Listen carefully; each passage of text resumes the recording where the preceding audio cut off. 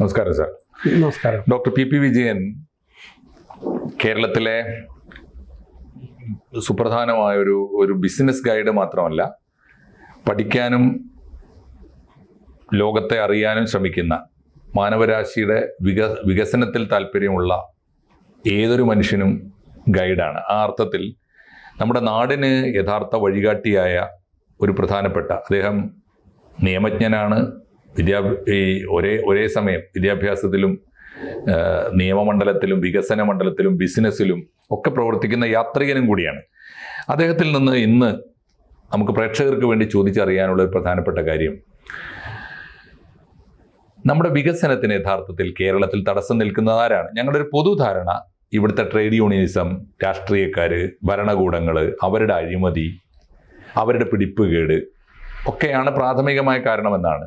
അങ്ങയുടെ അനുഭവത്തിൽ ധാരാളം ബിസിനസ് സ്വന്തമായി നടത്തുകയും ബിസിനസ്സുകാരായ ശിഷ്യന്മാർക്ക് വഴികാട്ടുകയും എത്രയോ ബിസിനസ്സുകാരെ ഈ ചെറിയ നിലയിൽ നിന്ന് ഹൈ പ്രൊഫൈലിലേക്ക് മാറ്റിയെടുക്കുകയൊക്കെ ചെയ്ത അനുഭവ പാരമ്പര്യമുള്ള ഒരാളെന്ന നിലക്ക് ഡോക്ടർ വിജയൻ സാറ് എന്താണ് ബേസിക്കായിട്ട് കേരളത്തിൽ ഏത് ഗവൺമെൻറ് മാറി മാറി ഭരിച്ചാലും എന്താ ഈ വികസനം എന്നും ഇങ്ങനെ? ആരാണ് തടസ്സം? ഓക്കെ, ഞാൻ ചെയ്തുകൊണ്ടിരിക്കുന്നത് ദ ബില്യണയർ മൈൻഡ് സെറ്റ് എന്ന് പറഞ്ഞൊരു പ്രോഗ്രാമാണ് കഴിഞ്ഞ 16 വർഷമായിട്ട് ചെയ്തുകൊണ്ടിരിക്കുന്നത്. അതിനകത്ത് ഈ പറഞ്ഞ ചെറിയ ബിസിനസ്സുകാരെ എടുത്തിട്ട് അവർക്ക് ഒരു 4-5 വർഷമെങ്കിലും കൂടെ കൊണ്ടുനടന്ന് 100 crores മുകളിൽ അവരെ ഇന്ത്യൻ റുപ്പീസ് 100 crores ചെറിയ കാര്യമാണ്. ഒരു 12 മില്യൺ വേണേൽ പറയാം, US ടേംസിൽ പറയുകയാണെങ്കിൽ. അപ്പോൾ ആ രീതിയിലൊക്കെ അവരെ എത്തിക്കാനായിട്ട് ഹാൻഡ് ഹോൾഡ് ചെയ്തുകൊണ്ട് പോകുന്ന ഒരാൾ. അപ്പോൾ അവരുടെ പ്രശ്നങ്ങൾ, കുടുംബ പ്രശ്നങ്ങളെല്ലാം ഒത്തിരി എൻ്റെ അടുത്ത് വരും. നിയർലി ഒരു 3000-ലധികം ആൾക്കാരുമായിട്ട് ഞാൻ നിത്യം ബിസിനസ്സുകാരുമായിട്ട് നിത്യം അവരെ മെൻറ്റർ ചെയ്തുകൊണ്ടിരിക്കുന്ന ആളാണ്. അപ്പം എനിക്ക് മനസ്സിലായിട്ടുള്ളത്, നമ്മൾ നേരത്തെ പറഞ്ഞിട്ടുള്ള ഒരു ട്രേഡ് യൂണിയൻസ് ഒന്നും വലിയ പ്രശ്നമൊന്നുമില്ല. ഇല്ല ആ ഒരു പാവങ്ങൾ, അവരെ കൊണ്ടൊന്നും ഒരു പ്രശ്നവും നമുക്കിന്ന് കാര്യമായിട്ടില്ല. ഈ പൊളിറ്റിക്കൽ പാർട്ടിയും കൂടുതലും ഇപ്പോൾ ഇടതുപക്ഷമാണെങ്കിലും വ്യവസായം വരണം, ബിസിനസ് വരണം, നിലനിന്ന് പോകണം എന്ന് ആഗ്രഹിക്കുന്ന വളരെ ബെനവലൻ്റ് ആണ്. 2 കൂട്ടരാണെങ്കിലും 3 കൂട്ടരാണെങ്കിലും ശരി. അതിനകത്തും പൊളിറ്റിക്കൽ ഇഷ്യൂ അല്ല കൂടുതലും. അപ്പം അതുകൊണ്ട് പൊളിറ്റിക്കൽ നമുക്ക് പറയാൻ പറ്റത്തില്ല. അവരൊന്നും അല്ലാത്തൊരു സംഭവമാണ് ഈ ഉദ്യോഗസ്ഥരുടെ അടുത്ത് നിന്ന് വരുന്നതിനകത്ത് ഒരു 1/3 ആൾക്കാർ, നല്ല അധികാര സ്ഥാനങ്ങളിൽ ഇരിക്കുന്ന ഉദ്യോഗസ്ഥരിൽ 1/3 എങ്കിലും വരുന്ന ആൾക്കാർ. അവർ കർണാടകത്തിലുള്ളതുപോലെ എൻ്റെ ശിഷ്യർ കർണാടകത്തിലും തമിഴ്നാട്ടിലും കേരളത്തിലും ഒരേ സമയത്ത് ബിസിനസ് ചെയ്യുന്നവരുണ്ട്. ഒരേ സമയത്ത് തന്നെ തെലുങ്കാനയിലൊക്കെ ഒരേ സമയത്ത് ബിസിനസ് ചെയ്യുന്ന ആൾക്കാരാണ്. ഞാൻ അവരുടെ ഒരു ഫീഡ്ബാക്ക് പറയുക. അപ്പം അങ്ങനെ പറയുവാണെങ്കിൽ, നമ്മളിപ്പം കോയമ്പത്തൂരിൽ അല്ലെങ്കിൽ ചെന്നൈയിൽ ഒരു ബിസിനസ് നമ്മൾ അപേക്ഷിച്ച് കഴിഞ്ഞാൽ അവരതൊരു പഞ്ചായത്തിലൊക്കെയാണ് അപേക്ഷിക്കുന്നതെന്നുണ്ടെങ്കിൽ, പഞ്ചായത്ത് ഏരിയയിലൊക്കെ ആണെങ്കിൽ ഈ പഞ്ചായത്തിൽ നിന്ന് ഈ ബിസിനസ്സിൻ്റെ സംഭവമൊക്കെ സാധിച്ചുകൊണ്ട് ഇങ്ങോട്ട് വരുവാണ്. കാശ് വാങ്ങിക്കാൻ വേണ്ടിയിട്ടല്ല, അവർക്ക് ആ ബിസിനസ് അവിടെ കൊണ്ടുവന്നതിൽ അതൊരു സെലിബ്രേഷനാണ്. ഭയങ്കരമായിട്ട് എൻകറേജ് ചെയ്യുന്നുണ്ട്, വീണ്ടും എൻകറേജ് ചെയ്യുന്നുണ്ട്. ഓക്കെ, അപ്പോൾ ഇത് കർണാടകത്തിനാണേലും വളരെ പ്രബലമാണ്. പക്ഷെ കേരളത്തിലൊരു പ്രശ്നം എന്ന് പറഞ്ഞു കഴിഞ്ഞാൽ, നമ്മൾ വളരെ ആംബീഷ്യസ് ആയിട്ട് ചിലപ്പോൾ പലപ്പോഴും വലിയ ലോണുകളൊക്കെ സമാഹരിച്ച് പുറത്തുനിന്ന് എബ്രോഡിൽ നിന്നൊക്കെ ചിലപ്പം ഫണ്ടൊക്കെ എടുത്തിട്ട് ബിസിനസ് കൊണ്ടുവരുവാണെങ്കിൽ, ആ ബിസിനസ് തുടങ്ങാനായിട്ട് ചിലപ്പോൾ ചെയ്യുന്നത് അതിൻ്റെ ഒരു തീരുമാനം ഫൈനലി കൊടുക്കാനായിട്ട് ആ ഒരു പഞ്ചായത്ത് സെക്രട്ടറിയുടെ പേനായുടെ മോനയിൽ ചിലപ്പോൾ 3 വർഷം കുടുങ്ങിപ്പോകും. 3 വർഷം കുടുങ്ങിപ്പോകും.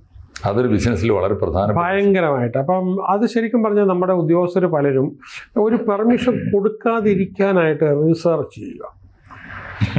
ഇപ്പം ഞാനും PhD ചെയ്തതാണ്, PhD ഒരുപാട് പേരെ ഗൈഡ് ചെയ്യുന്ന ആളുമാണ്. അപ്പോൾ PhD കഴിയും ഭയങ്കരമായിട്ട് റിസർച്ച് ചെയ്ത് കൊടുക്കാതിരിക്കാൻ വേണ്ടിയിട്ട് എന്തൊക്കെ കാരണമുണ്ട്. ഇപ്പം ഞാനൊരു എക്സാമ്പിൾ പറയാം.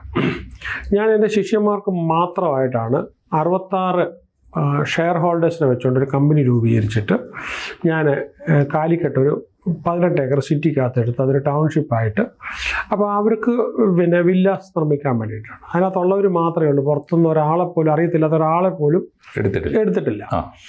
എന്നിട്ട് ആ പ്രോപ്പർട്ടി വാങ്ങിച്ചിട്ട് അവിടെ ഡെവലപ്മെൻറ്റ് പെർമിറ്റ് കിട്ടണം. ആ ഡെവലപ്മെൻറ്റ് പെർമിറ്റിന് കിട്ടാനായിട്ട് നമ്മൾ കൊടുത്തു കഴിഞ്ഞപ്പോഴത്തേക്കും ഈ പ്രോപ്പർട്ടി എടുക്കുന്ന അന്ന് തന്നെ ആഴ്ച തന്നെ നമ്മൾ സോയിൽ ടെസ്റ്റ് നടത്തി. സോ അപ്പോൾ ഈ പ്രോപ്പർട്ടിക്ക് അതൊരു 10-200 സ്ഥലത്ത് ഇങ്ങനെ കിഴിച്ച് ഒരുപാട് താഴത്തിൽ പുട്ടുപോലെ ഇങ്ങനെ എടുത്ത് നോക്കിയിട്ട് സോയിൽ സ്റ്റെബിലിറ്റി, കാരണം സോയിൽ സ്റ്റെബിലിറ്റി ഇല്ലെങ്കിൽ നമ്മളെ സംബന്ധിച്ചിടത്തോളം ഏറ്റവും വലിയ നഷ്ടമായി തീരും. കൺസ്ട്രക്ഷനാണ്. അതെല്ലാം നമ്മൾ ചെയ്തിട്ട് മാറ്റ് ലാബ് എന്ന് പറയുന്ന ULCCയുടെ ലാബിൽ കൊണ്ടുവന്ന് പരിശോധിച്ച് അവർക്ക് ലക്ഷങ്ങൾ നമ്മൾ കൊടുത്താണ് നമ്മളിത് ടെസ്റ്റ് ചെയ്തൊക്കെ എടുത്ത് ഉറപ്പ് വരുത്തി എല്ലാം ചെയ്ത് റോഡ് ഇടാനുള്ള സംവിധാനം എല്ലാം ചെയ്ത് എന്നിട്ട് നമ്മളത് പിന്നെ ഡെവലപ്മെൻറ്റ് പെർമിറ്റിന് ഈ റീജിയണൽ ടൗൺ പ്ലാനിങ്ങിൽ കൊടുത്തു. റീജിയണൽ ടൗൺ പ്ലാനിങ്ങിൽ കൊടുത്തു കഴിഞ്ഞപ്പം അവർ ഈ സോയിൽ സ്റ്റെബിലിറ്റി ടെസ്റ്റ് അളക്കാനായിട്ടുള്ള മെഷീൻ അവരുടെ കയ്യിലില്ല. അപ്പോൾ അത് മൈനിങ് ആൻഡ് ജിയോളജി വകുപ്പിലാണെന്ന് പറഞ്ഞ് അവർ അങ്ങോട്ട് എഴുതി. ചുരുക്കം പറഞ്ഞാൽ അത് എഴുതി. അപ്പോൾ അവരുടെ ആ മെഷീൻ ഇല്ല എന്ന് പറഞ്ഞ് അവർ മറുപടി തന്നു. പിന്നെ അവിടെ ഈ കേരള ഗവൺമെൻറ്റിൻ്റെ ഒരു ഡിപ്പാർട്ട്മെൻറ്റിലും ഇതിനുള്ളതില്ല.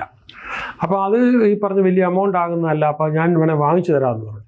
അല്ല, അതൊന്നും വാങ്ങിക്കാനായിട്ട് ഉള്ള വകുപ്പില്ല. അപ്പോൾ അത് തരാതിരുന്നു. പിന്നെ തന്നെയല്ല, ആ റിപ്പോർട്ട് കൊടുത്തപ്പം അപ്പം ഞാൻ എന്ത് ചെയ്തെന്ന് വെച്ചാൽ മുഖ്യമന്ത്രിയുടെ ഓഫീസുമായിട്ട് ബന്ധപ്പെട്ടു, സിംഗിൾ വിൻഡോയിൽ ബന്ധപ്പെട്ടു. അപ്പോൾ അവിടേക്ക് റിപ്പോർട്ട് കൊടുത്തപ്പം വൻതോതിൽ ഖനനം നടത്തിയിരിക്കുന്നു എന്നും പറഞ്ഞിട്ടാണ് അവർ എഴുതി കൊടുത്തത്. അത് ശരിക്കും പറഞ്ഞാൽ 167 ഓഫൻസാണ്. വൻതോതിൽ ഖനനം തെറ്റായ കള്ളമായിട്ട് എഴുതി കൊടുത്തിട്ട് അപ്പം ഈ ഇതിൽ പരാതിപ്പെട്ടപ്പോൾ ചീഫ് സെക്രട്ടറി ആ മീറ്റിങ്ങിനകത്ത് വെച്ച് ചോദിച്ചു, നിങ്ങൾ ഖനനം നടത്തിയിട്ട് നമ്മുടെ അടുത്ത് ഇങ്ങനെ വന്ന് പറയുകയാണോ?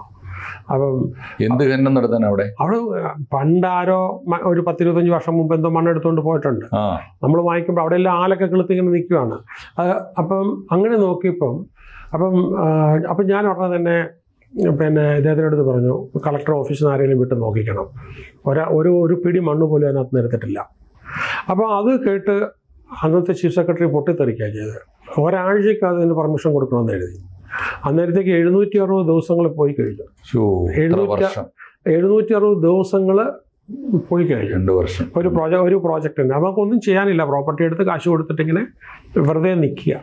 അപ്പോൾ ശരിക്കും പറഞ്ഞാൽ ഒരു ഉദ്യോഗസ്ഥൻ്റെ ഒരു സാഡിസ്റ്റ് ഫീലിങ് അത് ഈ ഒരു പ്രോജക്റ്റോട് മാത്രമല്ല, അത് ഒത്തിരി പ്രോജക്റ്റുകൾ സമാന്തരമായിട്ടുള്ള. ഇപ്പോൾ സിംഗിൾ വിൻഡോ ക്ലിയറൻസ് ബോർഡിൻ്റെ മീറ്റിങ്ങിനകത്ത് നമ്മളെ ഇൻവൈറ്റ് ചെയ്യും. അപ്പം ഗൂഗിൾ മീറ്റിനകത്ത് ഇപ്പോൾ ചീഫ് സെക്രട്ടറി കാണും, മിക്കവാറും എല്ലാ വകുപ്പിൻ്റെ ചുമതലയുള്ള ഉദ്യോഗസ്ഥരുണ്ടാവും, ടോപ്പുള്ള ഉദ്യോഗസ്ഥർ കാണും. അപ്പോൾ അന്നേരം ഈ പറയുന്നത് ഇവിടുത്തെ വമ്പന്മാർ കൊടുത്തേക്കുന്ന, ഈവൻ യൂസഫ് അലി കൊടുത്തേക്കുന്നത് പോലും കാലിക്കറ്റ് ഹോട്ടലിനുള്ളത് ചെറിയൊരു സംഭവത്തിൻ്റെ പേര് പാസ്സാക്കാതെ കിടക്കുകയാണ്. ഇപ്പോഴും അപ്പം ഈ നമ്മൾ കൊടുക്കുന്നതിന് മുമ്പ് കൊടുത്തേക്കുന്ന കാര്യം പലതും തീർത്തിട്ടില്ല. അമൃതാനന്ദമയുടെ പ്രോജക്റ്റ്, ഇലക്ട്രിസിറ്റി ബോർഡിൽ നിന്നുള്ളൊരു ചെറിയ പ്രോജക്റ്റ് കാരണം പാലക്കാടേക്കുള്ളൊരു പ്രോജക്റ്റ്, 100 കണക്കിന് പ്രോജക്റ്റുകൾ അതിനകത്ത് നോക്കിയാൽ മതി. 100 കണക്കിനുള്ള പ്രോജക്റ്റുകൾ എന്താണ്, ആ ബന്ധപ്പെട്ട ഉദ്യോഗസ്ഥർക്ക് അത് സ്വന്തം കാര്യം പോലെ നടത്തിയെടുക്കണം എന്നുള്ളൊരു ആഗ്രഹം. ആ മാക്സിമം ചീഫ് സെക്രട്ടറിയും ഗവൺമെൻറ്റും എല്ലാം നോക്കി അത് ശരിയാക്കി എടുക്കാൻ നോക്കുന്നുണ്ട്. പക്ഷേ എന്താണ്, അപ്പോൾ പലപ്പോഴും വരുന്ന പഞ്ചായത്ത് സെക്രട്ടറിമാരാണ് റെപ്രസെൻ്റ് ചെയ്തതിനകത്ത് വരുന്നത്. അവർ ഓരോ റൂളുകളുടെയും ആ റൂളുകൾ മറുസൈഡ് എല്ലാം ഞാൻ പറഞ്ഞു നമ്മുടെ പ്രോപ്പർട്ടിക്കകത്ത് കള്ളം എഴുതി വെച്ചതുപോലെ പലതിനകത്തും കള്ളം എഴുതി വെച്ചിട്ടുണ്ട്, അത് പലരും ഡിസ്പ്രൂവ് ചെയ്തിട്ടുണ്ട്. നേരിട്ടുള്ള അനുഭവത്തിൽ നിന്ന് പറയുകയാണ്. അപ്പം അതേപോലെ നമ്മളിപ്പോൾ എന്തെങ്കിലും ഒരെണ്ണം കൊണ്ടുവരാനായിട്ട് ഇപ്പോൾ കേരളത്തിൽ എൻ്റെ ശിഷ്യർ തന്നെ ഫണ്ട് ചെയ്യാമെന്നും പറഞ്ഞ് കൊണ്ടുവന്നൊരു 4-5 ബിസിനസ് കൊണ്ടുവന്നപ്പോഴൊക്കെ വലിയ എമൗണ്ട് ഉള്ളതായതുകൊണ്ട് കൊണ്ടുവരാനുള്ള ധൈര്യം വരുന്നില്ല. അതിൽ പലതും ഇപ്പം നമ്മൾ തമിഴ്നാട് അതിർത്തിയിലോട്ട് മാറ്റുക, കേരളത്തിന് തൊട്ടപ്പുറത്ത് തന്നെ നഷ്ടപ്പെടുക ചെയ്യുന്നത്. അപ്പോൾ ഇതെന്താണെന്ന് ചോദിച്ചു കഴിഞ്ഞാൽ പൊളിറ്റിക്കൽ വില്ല് ബിസിനസ് വരണം. ഓക്കെ, പിന്നെ ഈ പറഞ്ഞ സീനിയർ ഒഫീഷ്യൽസിന് പല ആൾക്കാർക്കും ഇത് വേണം. പക്ഷേ ഈ റെഗുലേറ്റേഴ്സൊക്കെ ഈ നിയമം കറക്റ്റ് വായിച്ച് നോക്കിയിട്ട് അത് വെച്ചിട്ടല്ല പറയും. നമ്മൾ നിയമം പറഞ്ഞു കൊടുത്തവർക്ക് അത് സ്വീകാര്യമല്ല താനും. ചുരുക്കം പറഞ്ഞു കഴിഞ്ഞാൽ നമുക്ക് ഏതെങ്കിലും ഒരു വികസനം നടത്തണമെന്നുണ്ടെങ്കിൽ ഇത് ഹൈക്കോടതിയിൽ പോകണം.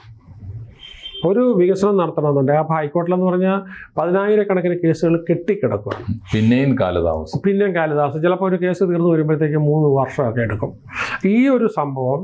അപ്പോൾ ഉദ്യോഗസ്ഥരുടെ സൈഡിൽ ഇത് എന്ന് പറഞ്ഞു കഴിഞ്ഞാൽ അവരെ ഇത് ബാധിക്കത്തില്ല, പെർമിഷൻ കൊടുത്തില്ലല്ലോ അവരെ വ്യക്തിപരമായിട്ട് ഇത് ബാധിക്കത്തില്ല, അക്കൗണ്ടബിലിറ്റി ഇല്ല.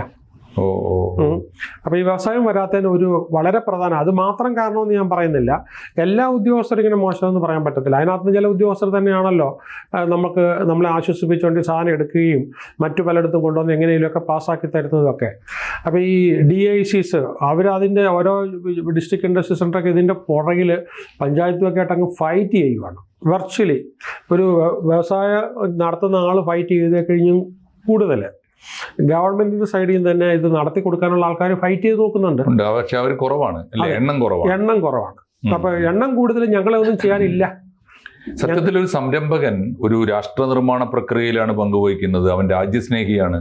അവൻ രാജ്യത്തിന് വേണ്ടി ആണ് അവന്റെ അധ്വാനവും അവന്റെ സമ്പത്തും ഡെഡിക്കേറ്റ് ചെയ്യുന്നത് എന്നൊരു ബോധം ആദ്യം ഉണ്ടാക്കേണ്ടത് ഈ IAS ഉൾപ്പെടെയുള്ള വമ്പൻ എക്സിക്യൂട്ടീവ് ലോബിയിലാണ് അല്ലേ? ഇത് വളരെ എന്ന് പറഞ്ഞു കഴിഞ്ഞാൽ പിന്നെ അവർക്ക് ഇങ്ങനെ ഇത് കൊണ്ടുവരാനായിട്ടൊരു പ്രത്യേക കമ്മിറ്റ്മെൻ്റ് ഇല്ല. ഇത് കൊണ്ടുവന്നില്ലെങ്കിൽ തന്നെ അവർക്കൊന്നും സംഭവിക്കാൻ പോകുന്നില്ല. പിന്നെ ചില വകുപ്പ് അധികാരികൾക്കൊക്കെ കൊടുക്കുന്ന അവർക്കെല്ലാം വായിച്ചു നോക്കാൻ പറ്റത്തില്ലല്ലോ. താഴെ ഇരുന്ന് ഫയലിനകത്ത് വായിച്ചിട്ട് മാക്സിമം നടക്കാത്ത കാര്യങ്ങൾ നെഗറ്റീവ് കുറേ ഇട്ട് വിട്ട് കഴിഞ്ഞാൽ പിന്നെ അവർക്കത് പാസ്സാക്കാനുള്ള ധൈര്യം അവർക്ക് വരില്ല. അപ്പം അങ്ങനെ വരുമ്പോഴത്തേക്കും നമുക്ക് ലാസ്റ്റ് ഇപ്പം എന്താണ്, എത്ര കേസാണ് പെർമിഷൻ വാങ്ങിക്കാനായിട്ട് കോടതിയിൽ പോയിക്കൊണ്ടിരിക്കുന്നത്? എത്ര പഞ്ചായത്തിനെതിരെയാണ് കേരളത്തിൽ, എത്ര പഞ്ചായത്തിനെതിരെ. ഇനിയിപ്പം പുതുതായിട്ട് വരുന്ന ഭരണസമിതി എങ്കിലും ഇത് മാറ്റം എടുത്തിട്ട് ഏതെങ്കിലും വിധത്തിലൊക്കെ മാറ്റിയെടുക്കാൻ പറ്റുമെന്നുണ്ടെങ്കിൽ. അപ്പോൾ ശരിക്കും പറഞ്ഞു കഴിഞ്ഞാൽ ഈ പല എനിക്ക് തോന്നുന്നു ബിസിനസ് തുടങ്ങിയ ആൾക്കാരുടെ പിന്നെ കണ്ണുനീര്, അവരുടെ പ്രാക്ക്, നല്ലൊരു ഭാഗം ഉദ്യോഗസ്ഥരെയും അവരുടെ മക്കളെയും ഒരു കർമ്മഫലമായിട്ട് കിടക്കുമെന്നാണ് തോന്നുന്നത്. ഇപ്പം ഈ അടുത്ത കാലത്ത് എൻ്റെ അടുത്തൊരു പിന്നെ എൻ്റെ ഒരു ശിഷ്യൻ്റെ മകൾക്ക് സർക്കാർ ജോലി കിട്ടി, എഞ്ചിനീയറിങ് കഴിഞ്ഞാണ്. അപ്പോൾ ഇദ്ദേഹം പറഞ്ഞ് പോകണ്ടെന്ന് പറഞ്ഞു. പോയി കഴിഞ്ഞാൽ ബാക്കിയുള്ള ഉദ്യോഗസ്ഥർ ഈ മക്കളുടെ പേരിലും കൊച്ചുമക്കളുടെ പേരിലും പ്രാക്ക് വരും. കാരണം എന്താ വെച്ച് കഴിഞ്ഞാൽ ഒരു കാര്യം ചെയ്യാനായിട്ട് അപ്പം നേരത്തെ നമുക്ക് ട്രേഡ് യൂണിയൻ വില്ലന്മാരായിരുന്നു, പക്ഷെ അത് മാറി. പൊളിറ്റിക്കൽ പാർട്ടീസിന് തടസ്സം ഉണ്ടായിരുന്നു, അത് ഒരു പരിധിവരെ മാറി. ഇപ്പോൾ ശരിക്കും പറഞ്ഞാൽ അഡ്മിനിസ്ട്രേഷൻ എങ്ങനെയും കൊണ്ടുവരാനായിട്ട് ഇപ്പോൾ ഈ വ്യവസായ വകുപ്പ് മന്ത്രിയൊക്കെയാണ് 1 ലക്ഷം ബിസിനസ് എന്നൊക്കെ പറഞ്ഞ് ഇങ്ങനെ ഓടി നടക്കുമായിരുന്നു. താല്പര്യം, ശക്തമായ താല്പര്യമുണ്ട്. പക്ഷെ കൊണ്ടുവരാനായിട്ട് അതിന് ശരിക്കും പറഞ്ഞാൽ അതിന് ചിലപ്പോൾ ഇലക്ട്രിസിറ്റി ബോർഡിൽ നിന്നുള്ള ആളായിരിക്കാം, പഞ്ചായത്ത് സെക്രട്ടറി ആയിരിക്കാം, അല്ലാതെ അതിന് പോയി പിന്നെ എന്താണ് ഇൻസ്പെക്ഷന് പോകുന്ന ആളായിരിക്കാം. തെറ്റായ വിവരങ്ങൾ എഴുതി ഫയലുകൾ കൊറി വരുത്തിയിട്ട് തീരുമാനം എടുക്കാനായിട്ട് മുകളിലിരിക്കുന്ന ആളിനും അതിനെ അവഗണിച്ചുകൊണ്ട് തീരുമാനം എടുക്കാൻ പറ്റില്ല.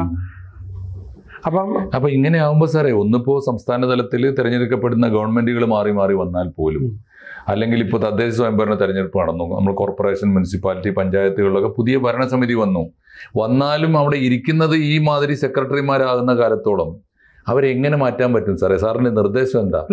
നമ്മുടെ പ്രേക്ഷകര് ഈ പറഞ്ഞ കൂട്ടത്തിൽപ്പെട്ടവരൊക്കെ ഉണ്ടല്ലോ. നമ്മുടെ ഹെൽത്ത് ഡിപ്പാർട്ട്മെന്റിലും ഒക്കെ സംഭവിച്ചുകൊണ്ടിരിക്കുന്നത് ഈ വാങ്ങിക്കേണ്ട സമയത്ത് വാങ്ങിക്കത്തില്ല. ഈ വാങ്ങിക്കേണ്ട സമയത്ത് നമ്മൾ വാങ്ങിച്ചാലല്ലേ ഒക്കൂ. ഈ വാങ്ങിച്ചില്ലെങ്കിലും ഈ സാധനങ്ങൾ വാങ്ങിച്ച് ഹോസ്പിറ്റൽസിന് കൊടുത്തില്ലെങ്കിലും ഉദ്യോഗസ്ഥന് പ്രശ്നമില്ല.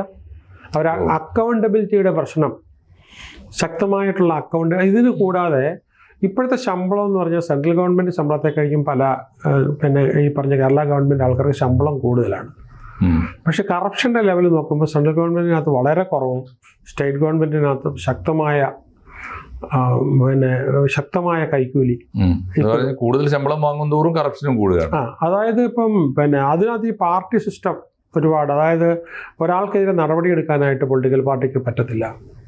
കാരണം അവരുടെ സംഘടനയിൽപ്പെട്ട ആൾക്കാർക്കെതിരെ തീരുമാനം എടുക്കാനായിട്ട് അവർക്ക് പറ്റത്തില്ല. ഇപ്പം കൈക്കൂലി വളരെ പ്രിവലൻ്റ് ആയിട്ടുണ്ട്, അത് കൊടുക്കാതിരിക്കാൻ പറ്റത്തില്ല. കൈക്കൂലിക്കാരെ സംരക്ഷിക്കലാണ് യൂണിയൻകാരുടെ പണി. അതെ, അതിലാണ് അവർ നെഗറ്റീവായിട്ട് പ്രവർത്തിച്ചുകൊണ്ടിരിക്കുന്നത്. അപ്പോൾ ഇതിനൊരു മാറ്റം വരിക എന്ന് പറഞ്ഞാൽ പൊളിറ്റിക്കൽ വില്ല് മാത്രമേ ഉള്ളൂ. ഗുഡ് ഗവേണൻസ്, ഭരണത്തിൽ പ്രത്യേകമായ നൈപുണ്യം വരണം. വലിയ വിദ്യാഭ്യാസവും വിവരമൊന്നും ഇല്ലാത്ത നിരക്ഷരനായ ഒരു മനുഷ്യൻ, പണ്ട് തമിഴ്നാട്ടിൽ വിൽ പവർ സാർ പറയുന്നത് ഞാൻ കേട്ടിട്ടുണ്ട്. അതെ, കാമരാജിന്റെ ഒരു എക്സാമ്പിൾ അതൊന്ന് പറഞ്ഞ് അവസാനിപ്പിച്ചോളൂ സാർ, ആർക്കെങ്കിലും ഒരു വെളിച്ചം വരട്ടെ. അല്ല, ഒരു സംഭവം എന്ന് പറഞ്ഞാലേ, ഇന്നിപ്പോ നമ്മൾ കേരളത്തിലേക്ക് വന്ന് ഇറങ്ങുമ്പോൾ നമ്മുടെ ഒരു ഗതികേടാണ്. ഒരു EK നയനാർ എയർപോർട്ടിലേക്കോ ഇല്ല KK കരുണാകരൻ എയർപോർട്ടിലേക്കൊന്നും നമുക്ക് വരാനുള്ളൊരു ചാൻസ് ഇല്ല.